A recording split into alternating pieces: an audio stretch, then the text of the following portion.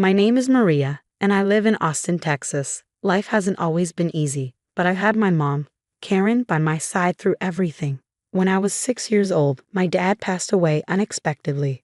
Losing him was the hardest thing I'd ever experienced as a child, and it left a gaping hole in our small family. My mom stepped up in ways I can never fully explain. She worked tirelessly, sometimes taking on 2 or 3 jobs, just to make sure I had what I needed: food, clothes, and even some little luxuries to make me feel normal. She was my hero, and for a long time, it was just the two of us against the world. Then, when I was 13, my mom met Michael. He seemed like a dream at first, kind, attentive, and so good to my mom. He even treated me well, showering me with compliments and little gifts. I remember thinking how lucky we were to have him in our lives.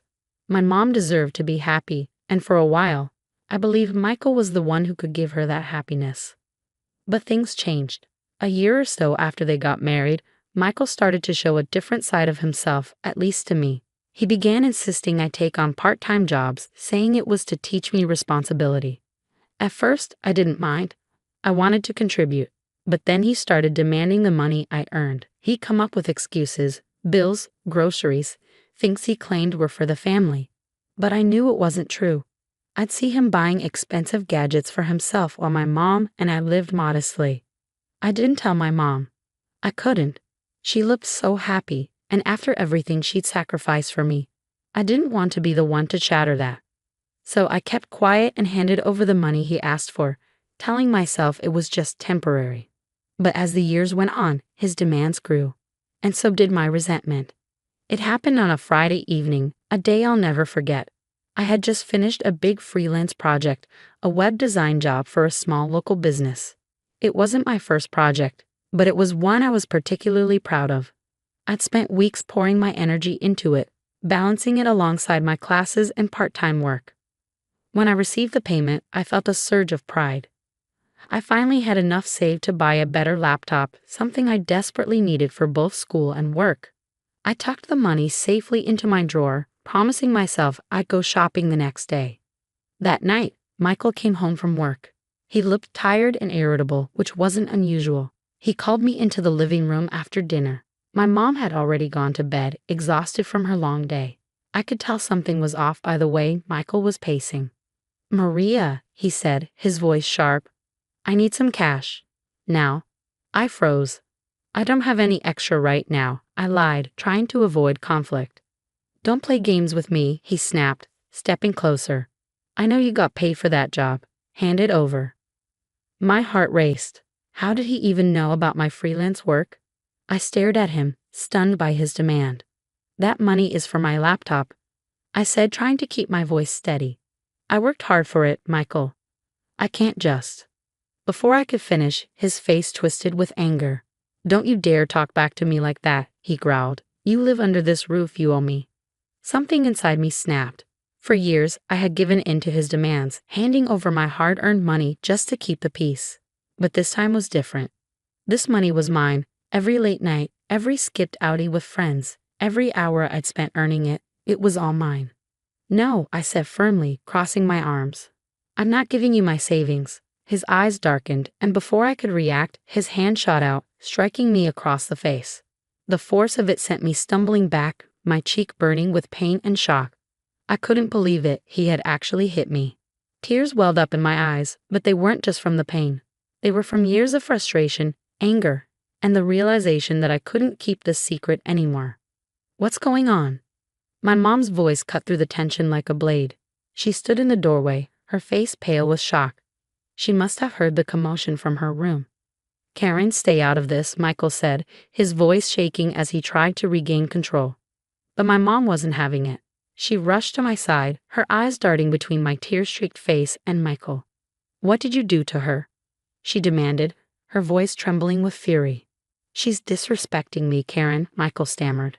"Get out," my mom interrupted, her voice ice-cold. "What?" Michael's bravado faltered. "I said, get out of my house," she repeated, stepping closer to him. "You think you can lay a hand on my daughter and stay here? No, pack your things and leave. Now." Michael tried to argue, tried to explain, but my mom wasn't listening. She was done. She turned to me, gently touching my cheek. "Are you okay?" she asked softly. I nodded, though my voice caught in my throat. "Go to your room," she said. "I'll handle this." I didn't argue. As I climbed the stairs, I could hear my mom's voice, firm and unyielding, as she made it clear that Michael was no longer welcome in our lives. For the first time in years, I felt a glimmer of hope. It wasn't over yet, but something had shifted. My mom saw the truth, and she chose me. She chose us. And that was enough to give me the strength to move forward. A few days after Michael left, life felt lighter, freer. My mom and I were finally beginning to settle into a new rhythm without him. The tension that had lingered in the house for years had evaporated, and for the first time in a long while, I felt like I could breathe. Then my birthday came around, a day that was supposed to be about celebration and fresh starts. My mom had planned a small gathering with a few close friends and family. It was nothing extravagant, just a cozy dinner at home with people who cared about me. I was genuinely excited, ready to celebrate this new chapter of my life. The evening started beautifully. My mom cooked my favorite dishes, and a few friends brought a cake. The house was filled with laughter, the kind that had been absent for far too long. For a moment, everything felt perfect. But then the doorbell rang.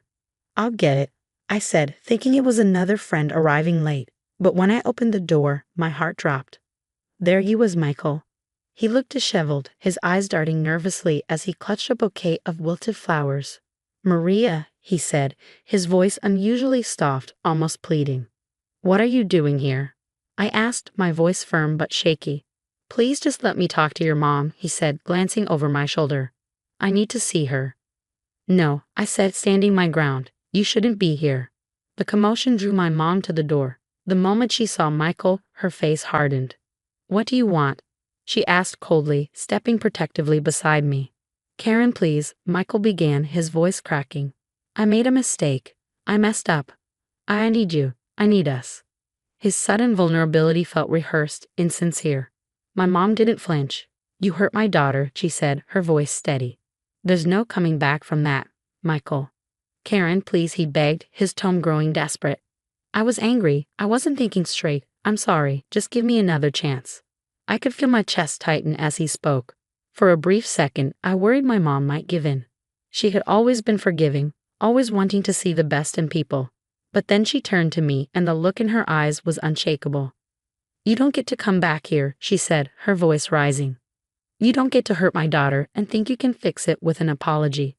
We are done, Michael. Leave." "Karen, please," he said, his voice breaking. "I have nowhere else to go." "Not my problem," my mom snapped. "You made your choices, Michael. Now live with them." When he didn't move, my mom stepped forward, her tone sharp as steel. "If you don't leave right now, I will call the police. This is Maria's birthday, and you have no place here." Michael's face fell. He looked at me, then back at my mom, as if searching for some sliver of hope. But he found none. Without another word, he turned and walked away, his shoulders slumped in defeat. As the door closed behind him, I felt a weight lift from my chest. My mom pulled me into a tight hug, her hand resting on my back. "I'm so sorry you ever had to go through that," she whispered, "but I promise you, he's gone for good."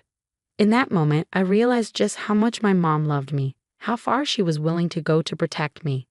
Michael was out of our lives, and I finally felt safe. More than that, I felt seen. For the first time in years, I knew we were truly a team. After that night, it was like a new chapter had finally begun. Michael was gone for good, and my mom and I could focus on rebuilding our lives together. The house felt different, lighter, warmer, and safe. I didn't realize just how much tension I had been carrying until it wasn't there anymore. The first thing I did was buy the laptop I'd been saving for. It wasn't just a purchase. It was a symbol of my hard work and the life I was building for myself, free from anyone else's control. Sitting at my desk that evening, setting it up, I felt a surge of pride. That laptop represented my independence, my ability to stand up for myself, and my future. My mom and I grew closer than ever after that. We talked more about Michael, about the years we both silently endured his manipulation, and about how we wouldn't let anyone else take advantage of us again. Those conversations were hard, but they were healing. My birthday, despite the chaos Michael brought to it, became a turning point. My friends stayed late that night, filling the house with laughter and support. One of them even joked, "This is the best kick out the toxic guy party ever." We all laughed, and it felt good to find humor in what had once felt so heavy. As the weeks turned into months, my life began to take on a new rhythm. I threw myself into my freelance work, taking on more projects that challenged and excited me. I even started teaching myself new skills, thinking about turning my side hustle into a full-time business one day. My mom, too, found new strength. She joined a support group for single parents, reconnecting with old friends and finding a sense of community. Watching her smile and laugh again was the best gift I could have asked for. There were still moments of doubt, of course, fleeting thoughts about what could have been or worries about the future. But those moments didn't last long. Each time, I reminded myself of how far we'd come, of the strength we found in each other. One sunny afternoon, my mom and I decided to repaint the living room. It had been Michael's favorite room, and we wanted to reclaim it as ours. We picked out a bright, cheerful yellow and spent the day laughing and talking as we worked. By the time we were done, the room felt like a reflection of us, vibrant, strong, and full of life. Now, every time I walk into that room, I feel a sense of pride, not just in the fresh paint or the new decor, but in the life my mom and I have rebuilt together. Michael may have taken years from us, but he didn't take our spirit. We're stronger now, not because of him, but despite him. And for the first time in a long time, I'm excited for the future, my future. I've learned to stand up for myself, to value my worth, and to embrace the love and support of those who truly care about me. Life isn't perfect, but it's mine, and that's more than enough.